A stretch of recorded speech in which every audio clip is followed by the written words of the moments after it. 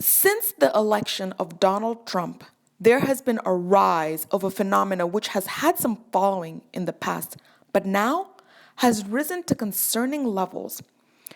A larger volume of women are publicly demanding for equality. But do they really want equality? Or is this just a ruse to emasculate men? Or even worse, bring misandry into the mainstream? The Equalizer investigates the mainstreaming of misandry.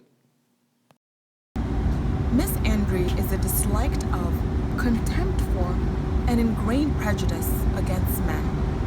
Today, we take a hard look at this concerning trend, the mainstreaming of misandry. Our first stop is a recent victim of a so-called feminist. Sir, do you feel like instances of aggression against men have increased since the new administration has taken office? Definitely. How so? The other day I saw a beautiful woman walk by. I just wanted to let her know she was beautiful. Still smiling, she turned around, gave me a dirty look, and told me to have some respect. And how does this affect your quality of life? Negatively, of course. I feel like women have been so uncontrollable these days, you can't even compliment them. If I can't tell a woman I approve of her body, what's the whole point of being a man? And there you have it. Men can't even be men anymore. What's next? A female James Bond? Next, we talk to one of these women who consider themselves to be a so-called women's rights activists. I'm very sorry about what happened to you, sir. After our disturbing conversation with a man stripped of his manhood, today we talk to one of these women who will just not take a compliment from a well-meaning stranger. Why would you take compliments from a well-meaning man? Those aren't compliments.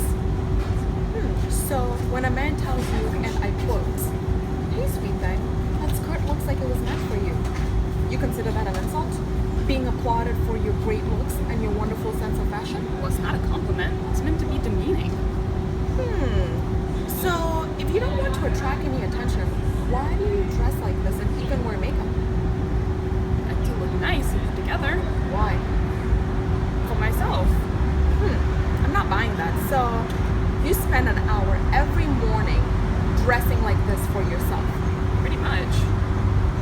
And if you don't leave the house, do you still dress like this? Do you still put on makeup? No. Got you. There you go. Another feminist caught in her web of lies. Catch us on our next coverage of Mainstreaming Misandry as we cover more instances of this feminism spreading